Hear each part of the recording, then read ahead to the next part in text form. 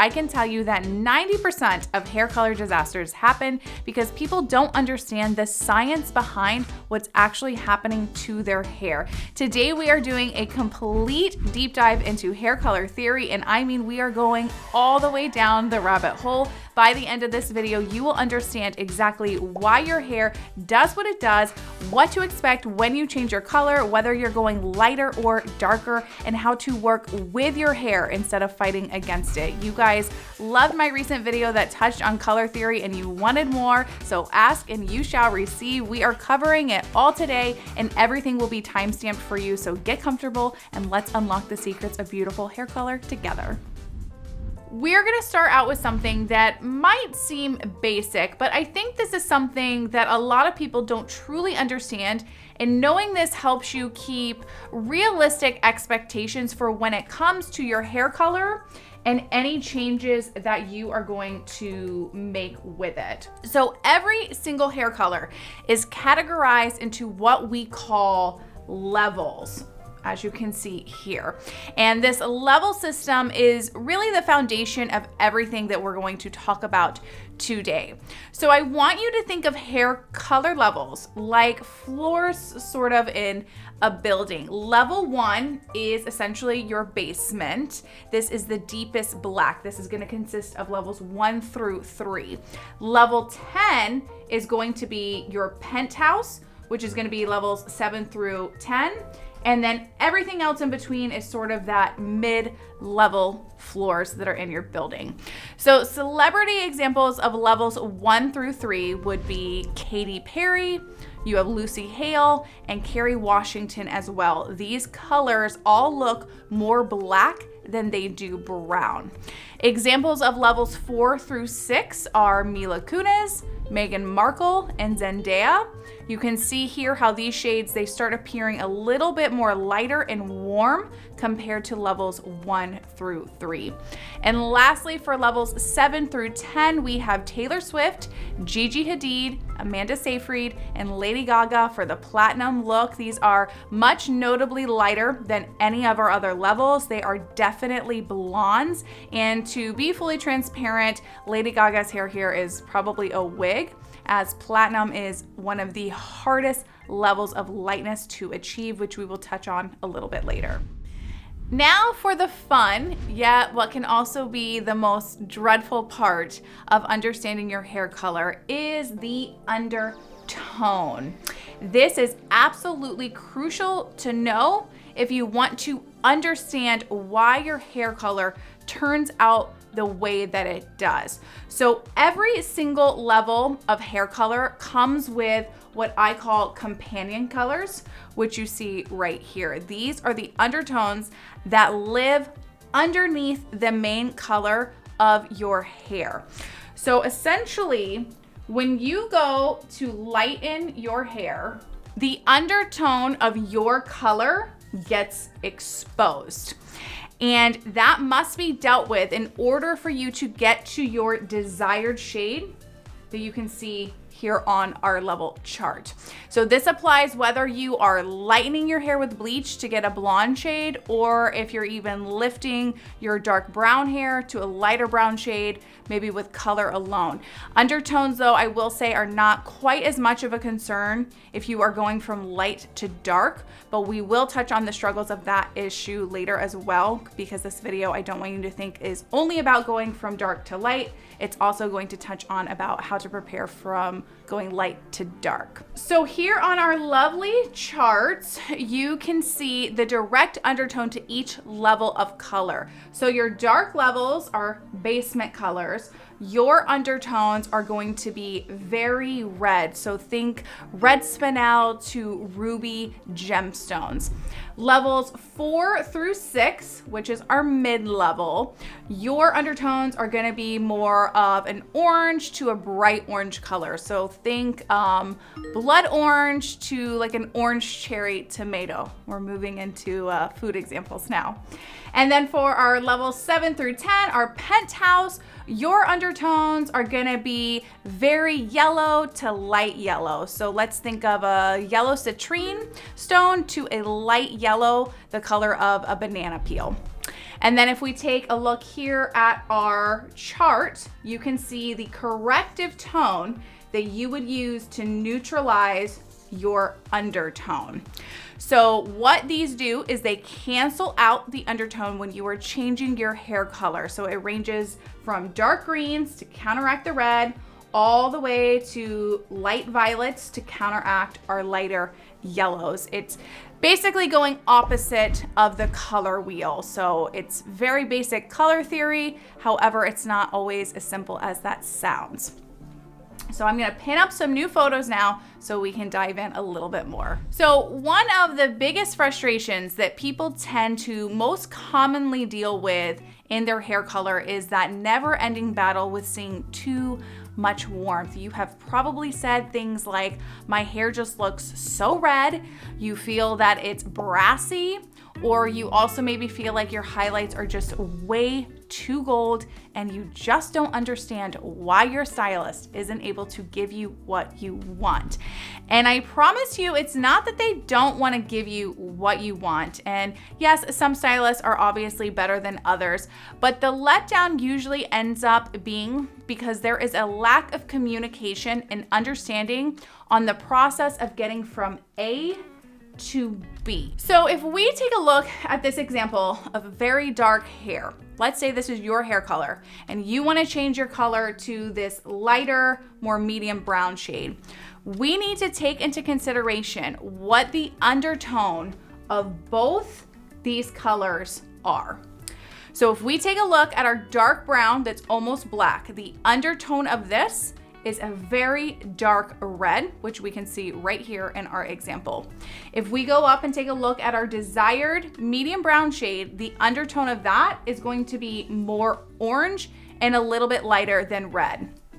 Now, in my previous video, I said that in order to correct the undertone, your stylist would use a glaze that's gonna be mixed with your corrective color here that we can see on this chart. I'll pop it up actually digitally for you guys.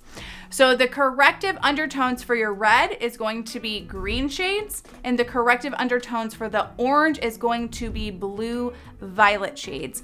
Now, what I didn't explain in that video, because it gets very overwhelming, is that your hair actually needs to be lightened past the undertone of whatever the color it is that you want to achieve. So as we can see here, the undertone of our desired shade is this orange color.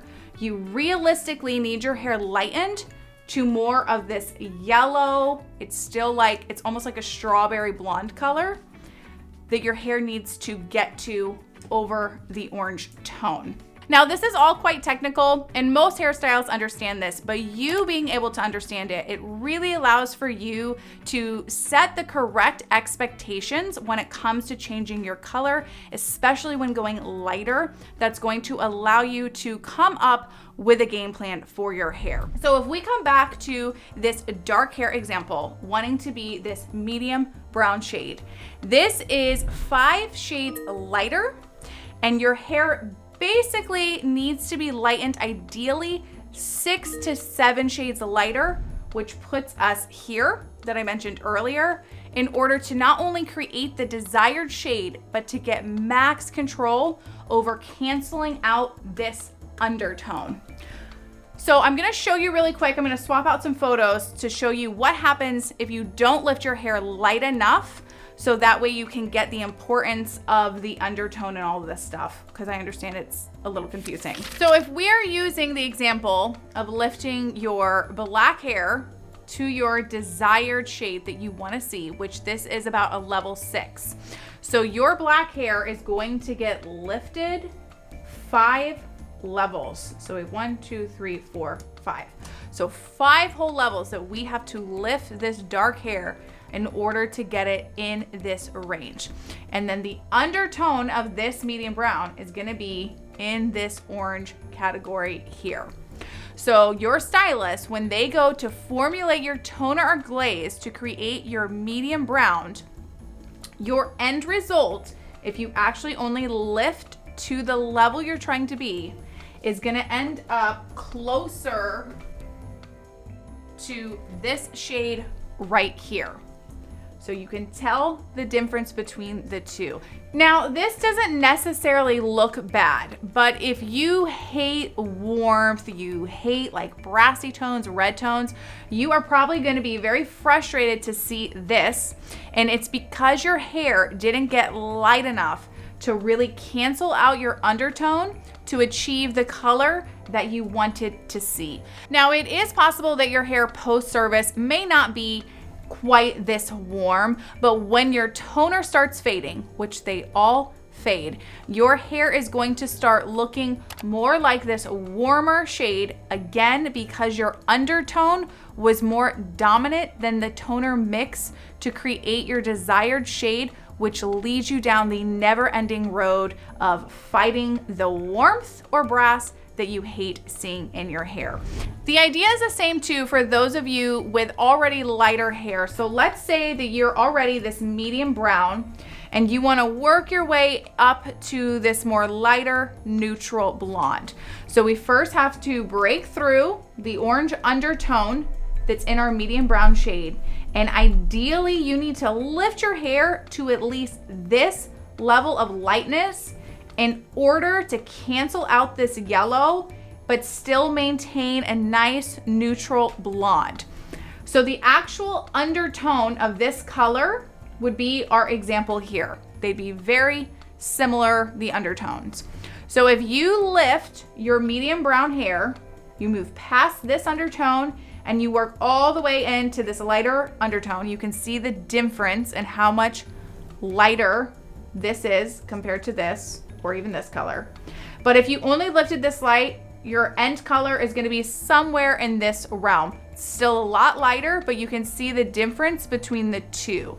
This is more of a neutral, sort of not quite ash, but it's very light, it's neutral, where this has a bit more warmth to it. And again, this is going to be because you didn't get light enough to really cancel out this yellow. So you're still gonna have more warmth to it. Where if you want more of a neutral blonde, you really need to get into this lighter yellow undertone to be able to cancel this out while still maintaining the neutral blonde. So I really hope I'm explaining this well, because I do understand that it is a lot to take in, but once you start understanding this, you are able to communicate with your stylist much better. And like I said, it's going to allow you to come up with a game plan for your hair, which we will discuss in just a minute. But first we need to address the expectations for if you are wanting to take your lighter hair darker, because this is a process as well.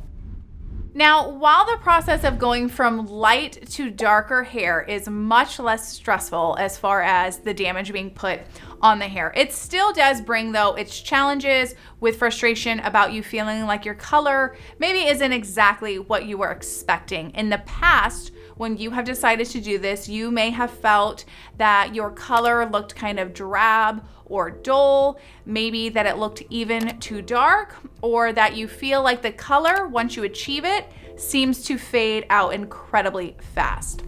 So all hair colors consist of pigment that is made up from two types of melanin. We have eumelanin, which is responsible for creating black and brown shades.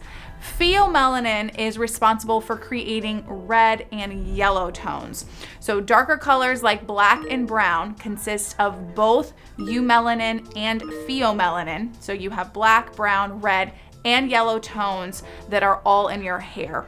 Red hair primarily consists of pheomelanin, which is obvious, that makes sense.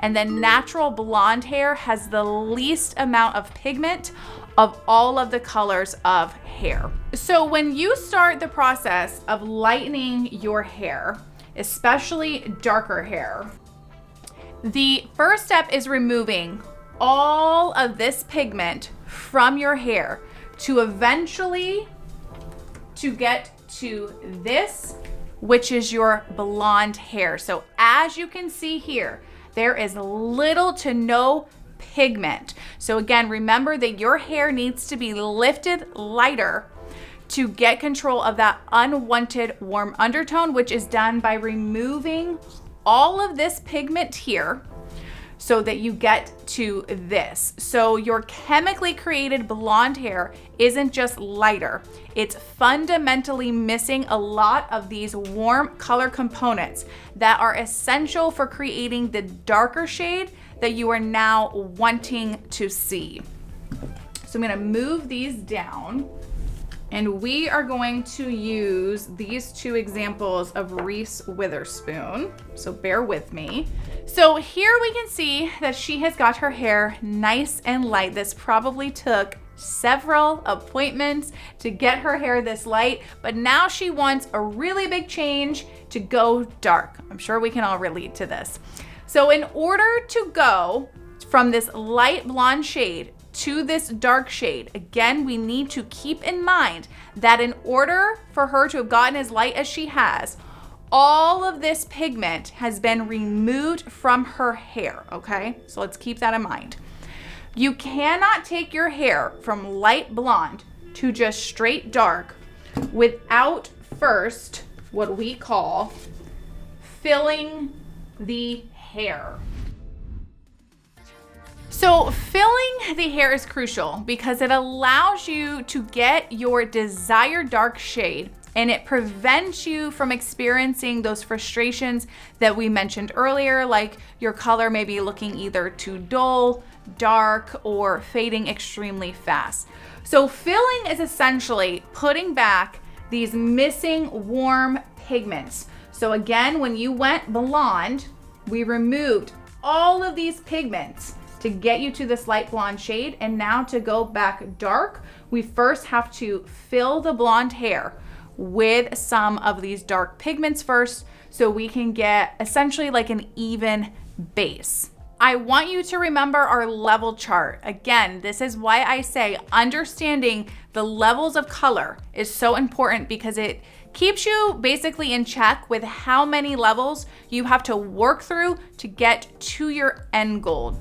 So in simple terms, your hair needs a warm shade to reintroduce your hair to those essential red and yellow components that you have removed. So again, we have this nice light blonde shade that all of the red and yellow pigment has been removed from, and we need to temporarily put it back in to get to our end result.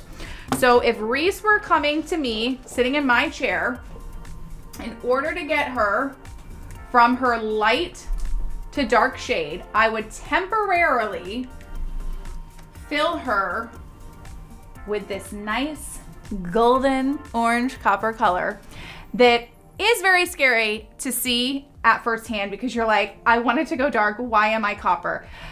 People always freak out in this stage, but it truly is temporary. And what this is it's putting back in these warm shades that we originally removed so we can get back to here. So it's essentially pairing the idea of these two photos together. So once this is done, this is temporary. This is done all in the same appointment. You don't need to break this into multiple appointments.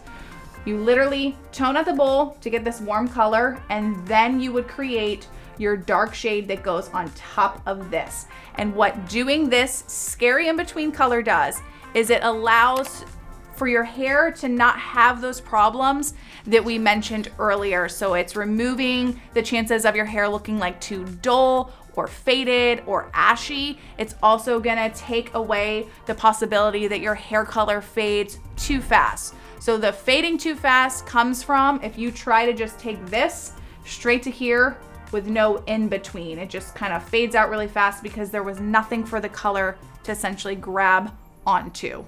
Hopefully that is making sense. So going from blonde to dark isn't just about applying a new color. It's about understanding that the lightening process stripped away more than just your lightness. It removed the vital components needed that need to be put back in for a successful, beautiful end result that's going to be lasting. So now that we have covered the process of going from both light to dark and dark to light, let's now discuss the game plan that we can come up with for your hair to maintain both its health and its color. This is the most important section of this entire video because unrealistic expectations really are sort of the root cause for most hair color disappointment, and I'm gonna walk you through exactly how to plan, prepare, and preserve your hair during your journey to get to your desired shade. So the length of time that it's gonna take you to get to your desired hair color, and this is going to be more specific of those of you from going from dark to light, it's going to be dependent on a few things. The first is, what is your hair's history? How long has your hair been its current color? If your hair is really dark, has it been dark for years on end, or was it previously a blonde or maybe red shade that maybe 6 months ago you went dark and now you want to be lighter again? It is key to be honest with both yourself and your stylist regarding this question, because if you have dark hair and a year ago it used to be blonde, that blonde hair is still underneath the dark. Yes, it no longer looks blonde, but the process and stress of what it takes to be blonde still remains under that dark hair. So if you're, let's say, Amanda Seyfried's blonde shade here, and then you said, hey, I wanna be Katy Perry's black shade, and you kept it for a few months, and then you said, well, now I wanna be Lady Gaga's platinum.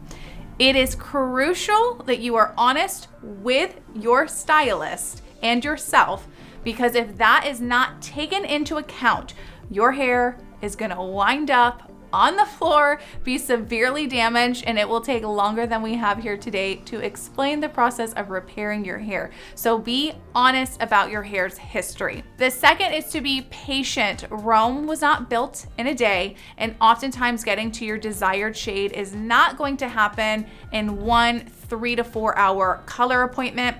Again, this is more specific about going from dark to light. I'm gonna add in just a second about the process of time it takes from going light to dark.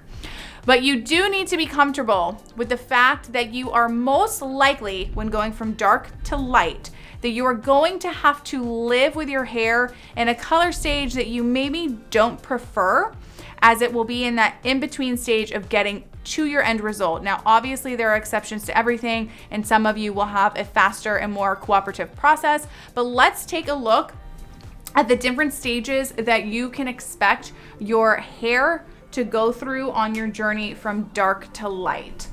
So let's say that you are starting off with your hair this nice dark black. This is our level 1. We are in the basement. And you want to end up this super light in that Lady Gaga blonde, okay? So we have several stages that you need to expect your hair to go through on that journey. So bear with me while I hang up these photos here, because again, I want you to keep in mind that level system that we talked about before, of how many levels you're taking this dark hair to get all the way here to this blonde. So starting here at our darkest color that needs to be lightened, you should first expect to live in this next color for a moment. We can see that it's lighter, but it is still very dark, but you've definitely lightened it up a lot compared to the black. Then your next appointment, you should expect to see something in the range of these two photos. We're working into that more medium brown shade, and you may be able to get into the lighter of the two depending on how your hair is cooperating. By your next appointment, you'll be hitting your blonde territory that you're finally gonna get to see. You'll start getting excited as your end goal is almost in sight. And then obviously the next appointment after that, you should be very close to your end zone. So we have like a touchdown. And obviously if you start at a lighter shade like our medium brown, you still will have stages, but it will take far less time than if your hair is darker. So 3 to 4 appointments are very realistic when you are factoring in your hair's history and maintaining the health of your hair during the process. Now, if you are only wanting to lighten up your hair just a touch, let's say that your shade is similar to Zendaya's here, and you're wanting to just add some soft highlights similar to Gigi Hadid's color that we have here. So you can see the two differences. This is something that is achievable in a single visit while still maintaining the health of your hair. So basically, if we come back to our level system chart that I'm just gonna put up digitally, so it's hard to put all these photos on the board. Whatever your base color is, if you are going just 1 to 2 shades lighter, that is very doable, and it's a realistic service that you can get done in one appointment. It's not going to be too damaging on the hair, and you're not gonna have to have like this weird live in between color. So like if your goal was only to go this light from this dark, it's possible you could see that in one appointment. Same with if you were wanting to go from here to here. It's very possible because you're only going up just a little bit. It's when that you are trying to go several shades lighter, that is when it's going to take several appointments, and that's when you need to be prepared to be patient and caring to your hair when you decide to go on this journey. And like mentioned earlier, if you are going from light to dark, it is a much easier process that can be done in one day. The only issue that can still be a struggle is fading. Now, filling does help, but depending on how fragile your hair is, you may fade a little faster than you prefer at first, and you'll need a follow-up appointment about 5 weeks after your initial service to just refresh the color, and after that, you should be good to go. Just keep in mind though that when going from light to dark, it is a process though to get back light and can be damaging. So just make sure it's something you really want to do. And I would definitely make sure that your stylist is using a semi-permanent color, as it's going to be a little easier to remove from the hair over permanent should you want to go back to your lighter hair sooner than later, which 9 times out of 10, when blondes go dark, they always want to go back blonde. Regardless though of how you achieve your desired hair color, ensure that you maintain a healthy hair care routine, and it is actually quite simple. It doesn't need to be difficult. Once a week, you want to use a repair mask like Redken's Acidic Bonding Concentrate in the shower. It smells good, it hydrates, strengthens, softens your hair, keeping it in the shape throughout your color journey. You must always use a heat protectant anytime you put heat onto your hair. So when you blow dry your hair, make sure you use a leave-in conditioner that offers heat protection. And if you go to flat iron, curl, or reshape your dry hair, you need to use a heat protectant spray. Amika the Shield is a great choice for this. It's lightweight, protects up to 450 degrees, and it offers frizz control as well. And while the Amika protects up to 450, we never ever use heat that high on our hair, especially during this journey. Opt for a medium heat when blow drying your hair, and your hot tools should be no higher than 350, ideally closer to 325 for your heat setting. And lastly, oil those ends. They are the oldest, most fragile part of your hair. So the oil locks in that in-shower mask and it adds hydration back to your hair between washes. Your hair color journey isn't about getting perfect results overnight. It is about understanding your hair, the levels of undertone you have to work through, and making choices that keep your hair healthy while achieving your desired hair color that you will love and be so happy with when you finally get it. I had so much fun creating this video, and I hope you enjoyed. Drop a heart emoji in the comments if you did. And now that you understand your color more, check out this video right here to find ways you can minimize certain facial features with simple tweaks to your cut and hairstyle. Thanks for watching, and I'll see you on the next one. Bye.